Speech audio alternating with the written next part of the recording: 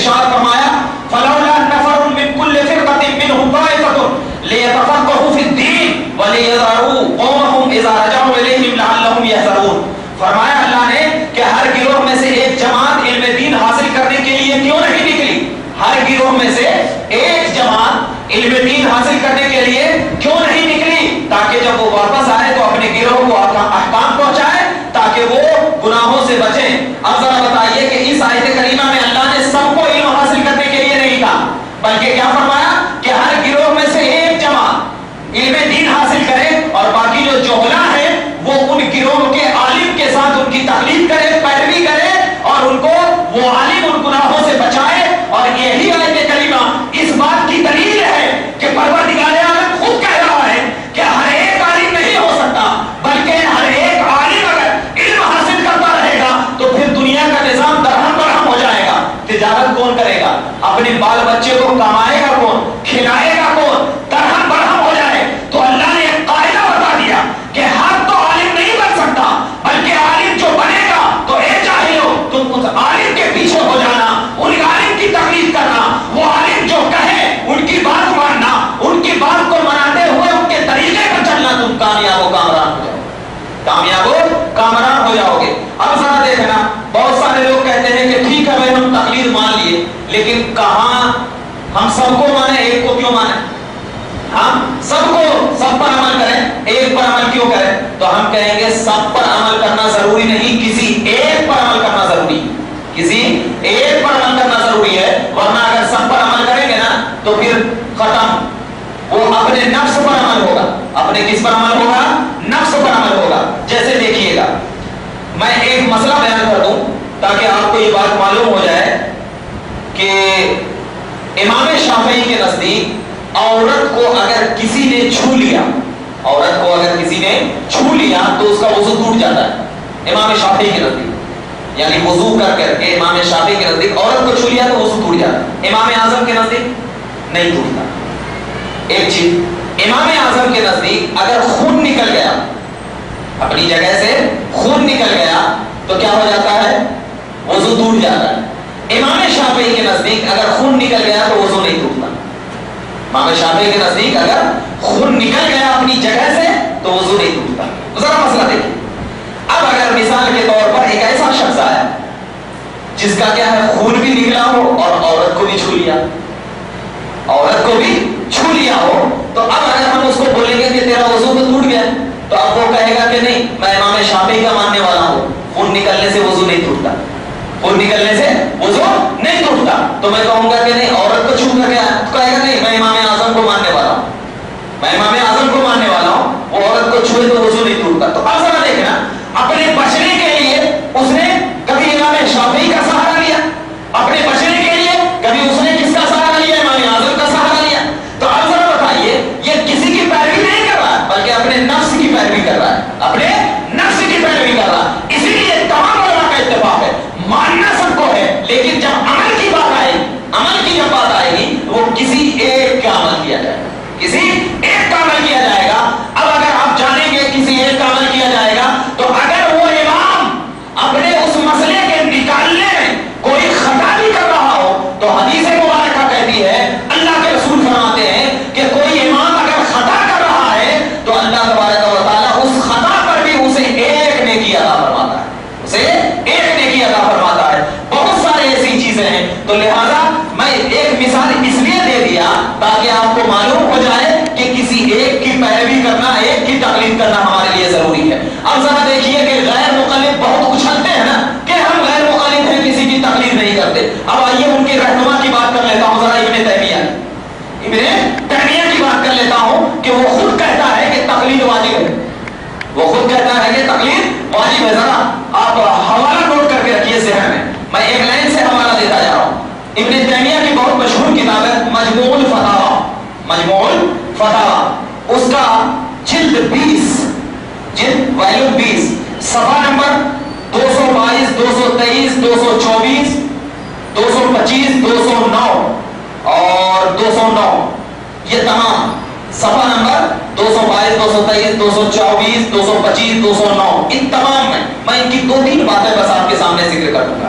ابن تیمیہ لکھتے ہیں کہ علامہ ابن حمدان نے بیان فرمایا، ابن تیمیہ لکھ رہے ہیں اپنی کتاب میں کہ علامہ ابن حمدان نے بیان فرمایا ہے کہ کسی امام جو مجتہد ہے ان کے قول کو بغیر کسی دلیل کے ماننا اور اس پر عمل کرنا یہ بالکل ہر اس شخص پر واجب ہے جو غیر عالم ہو، ہر اس شخص پر واجب ہے جو غیر عالم ہو، اور جو شخص تقلید نہیں کرتا ہے وہ قرآن و حدیث کے خلاف ہے، یہ ابن تیمیہ نے کہا۔ اب ذرا دیکھنا میں ان کی بات کیوں مانوں جو اپنے باپ کا نہیں ہوا، جو اپنے باپ اور امام کا نہیں ہوا تو ہم ان کی بات کیوں مانو؟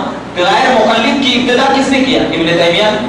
ابن تیمیہ ہی تو غیر مقلد کا سب سے بڑا رہنما ہے، اسی کی کتاب کو ابن تیمیہ ہی کی کتاب کو ابن الوہاب نجدی نے، ابن عبد الوہاب نجدی نے مکہ میں پھیلایا عربی زبان میں، اور اسی ابن تیمیہ کی کتاب کو اردو میں اسماعیل دہلوی نے ہندوستان میں پھیلایا۔ تو ذرا دیکھنا جب اپنی بات آتی ہے تو وہ کسی کو قول نہیں مانتا، ہم تو ہمارے لیے صحابہ ہیں تو ہم کہاں کہتے ہیں سب سے ہمارے سب کے امام تو حضرت ابوبکر صدیق، ہم سب کے امام تو حضرت ابوبکر صدیق ہیں، تو لہذا اس کا ماننا ابن تیمیہ خود کہہ رہا ہے، اور اس کے بعد لکھتا ہے کہ عام آدمی پر، ابن تیمیہ لکھ رہا ہے عام آدمی پر کسی مذہب معین کی تقلید واجب ہے، عام آدمی پر کسی ایک مذہب کی تقلید واجب ہے، ایسا نہیں کہ ہم امام شافعی کی بھی تقلید کرتے ہیں، امام اعظم کی بھی کرتے ہیں، امام فلاں کی بھی کرتے ہیں، امام مالک کی بھی کرتے ہیں، نہیں، ابن تیمیہ کہتا ہے کسی ایک کی تقلید واجب ہے، کیونکہ جب تک کسی ایک کی تقلید نہیں کریں گے تو ہم کامیاب نہیں ہو سکتے، جیسے کہ میں نے آپ کو مثال دی۔ اب جب آپ کو یہ بات معلوم ہو گئی کہ تقلید کتنی ضروری ہے تو لہذا ہم بغیر کسی چیز کے اگر ہم تقلید نہیں کریں تو ہمارے اوپر اس تقلید کا نظریہ یہ ہو جائے گا کہ ہم دنیا میں اپنی زندگی کو نہیں گزار سکتے۔ اب میں چند باتیں جو ان لوگوں کا اعتراض ہے کہ تقلید کیوں کرنا، یہاں تک تو معلوم ہو گیا کہ تقلید قرآن سے بھی ثابت ہے، حدیث مبارکہ سے بھی۔ اب وہ لوگ ایک سوال کرتے ہیں، کیا سوال کرتے ہیں کہ ایک سوال سب سے پہلا یہ ہے کہ ہم لوگ جو کہتے ہیں کہ تقلید ہم پر ضروری ہے، تو ان لوگوں کا سوال یہ ہے کہ ٹھیک ہے بھائی تقلید ہم پر ضروری ہے، تو ان لوگوں کا سوال ہے کہ پھر صحابہ مقلد کیوں نہیں ہوئے؟ صحابہ کسی کی تقلید کیوں نہیں کی؟ ایک سوال ہوتا ہے ان لوگوں کا، سب سے پہلا سوال یہی ہوتا ہے کہ صحابہ نے تقلید کیوں نہیں کیا؟ تو اس کا جواب یہ ہے کہ صحابہ کو تقلید کی ضرورت نہیں تھی، صحابہ کو جو تھی تقلید کی ضرورت نہیں تھی، وہ تو حضور کی صحبت، حضور اکرم صلی اللہ علیہ وسلم کی صحبت کی برکت سے تمام مسلمانوں کے امام اور پیشوا، تمام مسلمانوں کی، چاہے وہ امام اعظم ہو یا امام شافعی ہو یا کوئی بھی ہو، ان تمام کے امام اور کیا ہے پیشوا ہیں، جیسا کہ امام مشکوٰۃ شریف باب فضائل الصحابہ صفحہ نمبر 554 میں فرمایا کہ اصحابی کالنجوم بأیہم اقتدیتم اہتدیتم، میرے صحابہ ستاروں کے مانند ہیں، ان میں سے جس کی تم پیروی کرو ہدایت پا جاؤ گے۔ تو اب ذرا بتائیے کہ یہ تو لہذا معلوم ہوا کہ ان کو جب ضرورت نہیں تھی تو وہ تقلید کیوں کرتے؟ اور یہ سوال میں نے اس سے پہلے بھی جواب دیا کہ کوئی ضروری نہیں، نبی امتی تھے امتی نہیں تھے نا، تو پھر ہم امتی کیوں؟ امتی کیوں ہیں؟ تو اس کا مطلب یہ ہوا جائے گا کہ اللہ کے رسول کے سب امت ہیں، اللہ کے رسول کے سب امت ہیں تو ہم امتی، تو ایسا نہیں، صحابہ کے سب مقلد ہیں، تو صحابہ امام ہوئے، تو امام جو ہوتا ہے وہ مقلد نہیں ہوتا، امام جو ہوتا ہے یہ مقلد نہیں ہوتا۔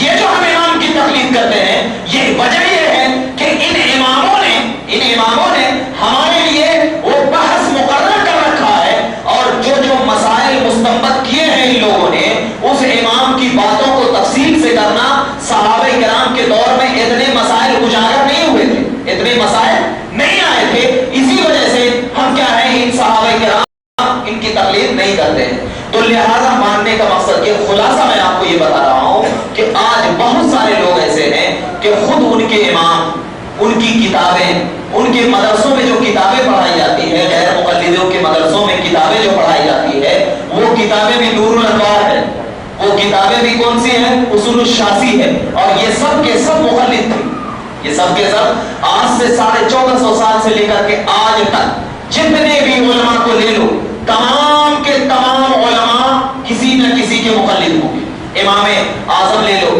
امام مسلم کو لے لو، امام مسلم کو، امام بخاری کو لے لو، امام ترمذی کو لے لو، یعنی صحاح ستہ کے جتنے بھی امام ہیں تمام کو لے لو، وہ سب کے سب مقلد ہیں، وہ کسی نہ کسی کی تقلید کرتے ہیں. تو لہٰذا یہاں تک میں تو یہ کہتا ہوں کہ ایک گلاس پانی پینا بغیر تقلید کے تم پر حرام ہو جائے. کیوں؟ اس لیے کہ کوئی بتا نہیں سکتا کہ پانی کس انداز سے پینا ہے، کس طریقے سے پینا ہے، چلنا ہے تو کیسے چلنا ہے. کیوں؟ اب ایک چیز بتا دوں، اگر ہم تقلید نہیں کریں گے تو بسا اوقات حدیث مبارکہ میں یہ آیا ہے کہ آمین زور سے کہنا، حدیث مبارکہ میں یہ آیا ہے آمین آہستہ کہنا، دو چیز. حدیث مبارکہ میں یہ آیا ہے امام کے پیچھے قرات کرنا، حدیث مبارکہ میں یہ آیا ہے امام کے پیچھے قرات نہ کرنا، حدیث مبارکہ میں یہ آیا ہے رفع یدین کرنا، حدیث مبارکہ میں یہ آیا ہے رفع یدین نہ کرنا. تو اب ذرا بتاؤ کہ اگر ہم حدیث پر عمل کرنا شروع کر دیں تو کون سی حدیث کو چھوڑیں گے، کس پر عمل کریں گے؟